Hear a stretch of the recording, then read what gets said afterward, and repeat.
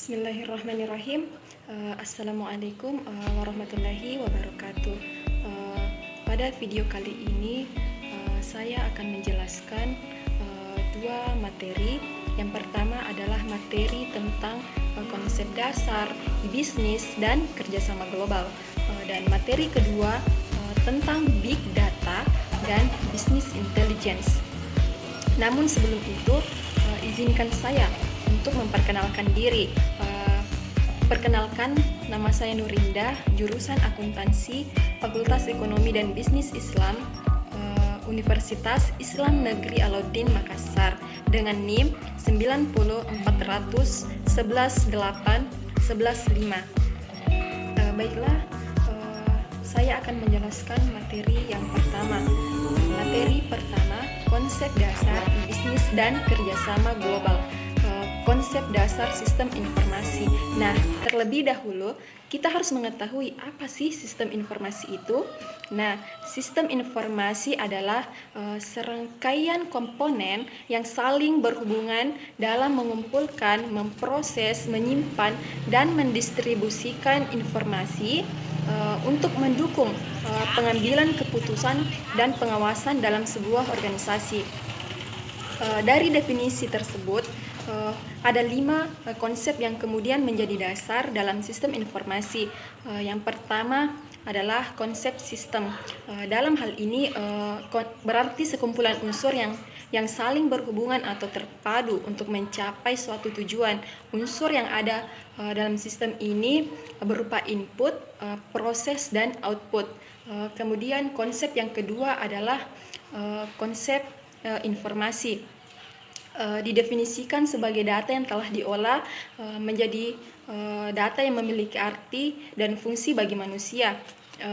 Dan informasi inilah yang menjadi hasil dari sebuah sistem informasi. Dan kemudian informasi yang dihasilkan harus informasi yang berkualitas agar bisa dimanfaatkan bagi penggunanya. Kemudian konsep yang ketiga adalah konsep manusia sebagai pihak yang terlibat dalam merancang hingga menjalankan sistem informasi. Kemudian konsep yang keempat adalah organisasi, di mana sistem informasi itu sendiri berada dalam lingkup organisasi ataupun perusahaan. Dan kemudian konsep yang kelima adalah pengambilan keputusan, di mana pengambilan keputusan ini adalah merupakan konsep untuk menghasilkan sebuah sistem informasi untuk dijadikan bahan ataupun pertimbangan dalam pengambilan keputusan. Kemudian komponen sistem informasi.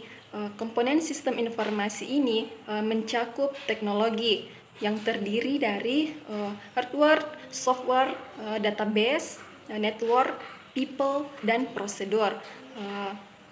Di mana hardware sendiri ini berkaitan dengan piranti fisik yang dipakai dalam memproses sistem informasi, misalnya komputer, printer, dan sebagainya. Kemudian software, di mana ini berhubungan dengan sebuah perintah atau instruksi yang membuat perangkat keras dapat memproses data. Kemudian yang ketiga adalah database, di mana ini mengacu pada koleksi data yang memiliki hubungan antara satu dengan yang lainnya. Kemudian yang keempat adalah network atau jaringan komputer yang menjadi penghubung mengkoneksikan sumber yang diakses bersama oleh penggunanya. Kemudian people, di mana orang yang memiliki tanggung jawab dalam menjalankan sistem informasi. Kemudian prosedur yang merupakan aturan atau kebijakan yang harus ditaati dalam menjalankan sistem informasi. Kemudian selanjutnya adalah apa sih keterkaitan antara bisnis dan sistem informasi? Proses bisnis ini kan merupakan serangkaian aktivitas yang berhubungan dengan bagaimana suatu bisnis tertentu dapat dikerjakan.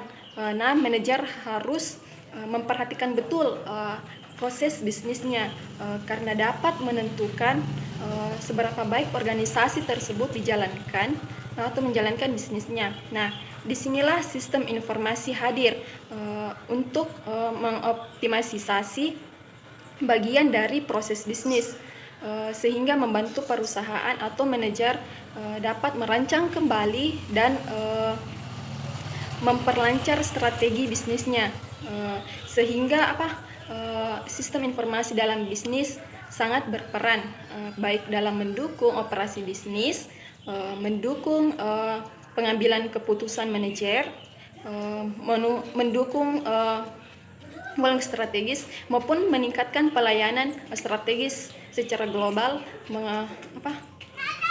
mengenai sistem informasi tadi. Kemudian selanjutnya adalah kerjasama global.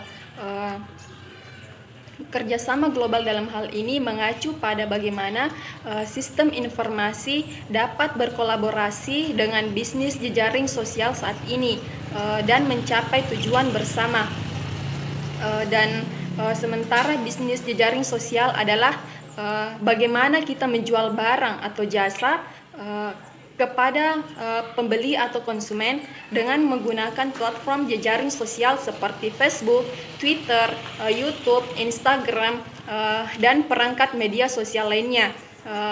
Kemudian yang terdapat dalam perusahaan untuk saling berhubungan baik dengan karyawan, pelanggan maupun supplier.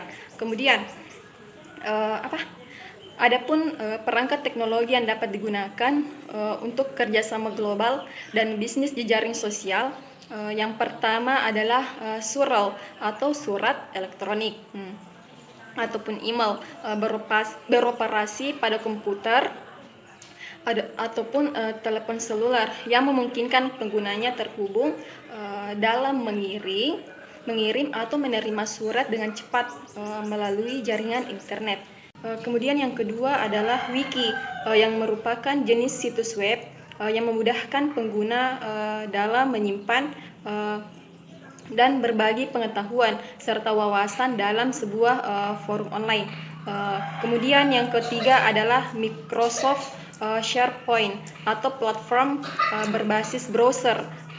Kemudian yang keempat adalah Google Apps, juga merupakan layanan online multifungsi untuk kolaborasi dengan bisnis di jejaring sosial dan platform-platform lainnya. Nah, itulah sedikit penjelasan mengenai materi yang pertama. Kemudian selanjutnya saya akan menjelaskan materi yang kedua tentang Big Data dan Business Intelligence. Pertama-tama tentang Big Data, di mana Big Data itu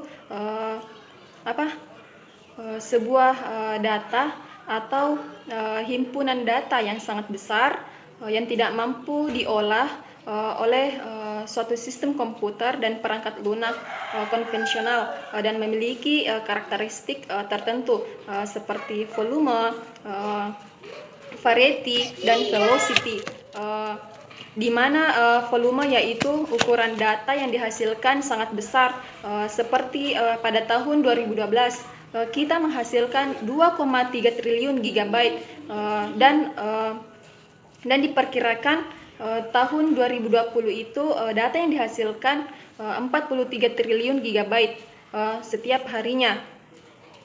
Variety atau varietas sendiri itu merupakan salah satu karakter dari big data, di mana data yang dihasilkan terdiri dari berbagai jenis dan variasi seperti teks, foto, video, dan lain-lainnya.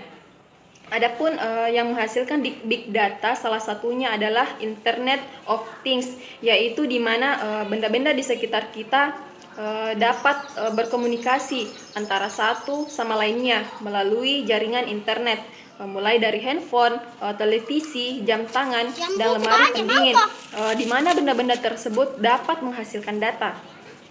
Di Indonesia sendiri, Pusat Penelitian Informatika atau LIPI turut berperan dalam suatu proyek sains besar di bidang fisikal, di bidang turut berperan dalam suatu proyek besar di bidang fisika partikel eksperimen, yaitu LISER. Proyek tersebut menghasilkan data yang sangat besar sehingga memerlukan high performance computing atau HPC untuk mengolahnya. Kemudian data-data yang dihasilkan harus dapat dianalisa dengan sangat cepat untuk menghasilkan informasi. Itulah mengapa velocity atau kecepatan merupakan karakter terpenting dari big data sendiri.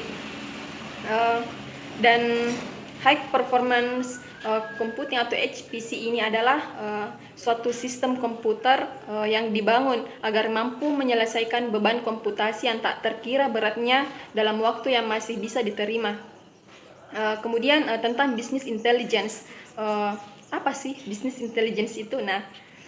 Business intelligence sendiri itu adalah suatu fungsi dalam bisnis yang bertugas dalam mengumpulkan data-data, mengolahnya, mengelolanya, dan memprosesnya agar menjadi suatu informasi yang bermanfaat untuk bisnis user dalam mengambil keputusan yang strategis.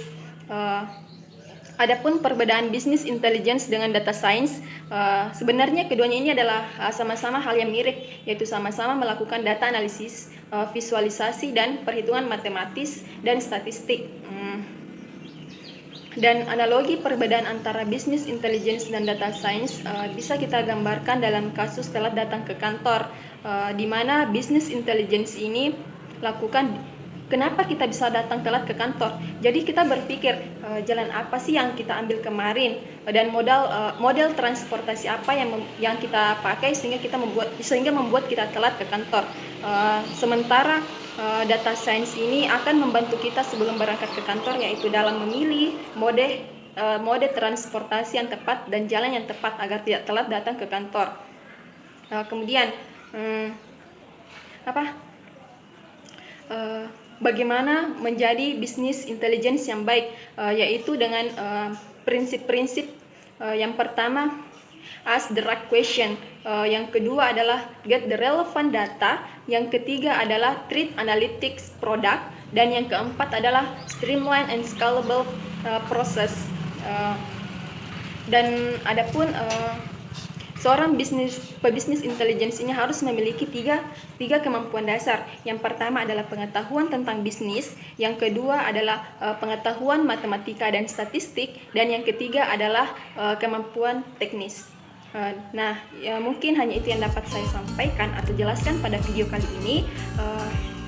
Mohon maaf atas kekurangan, dan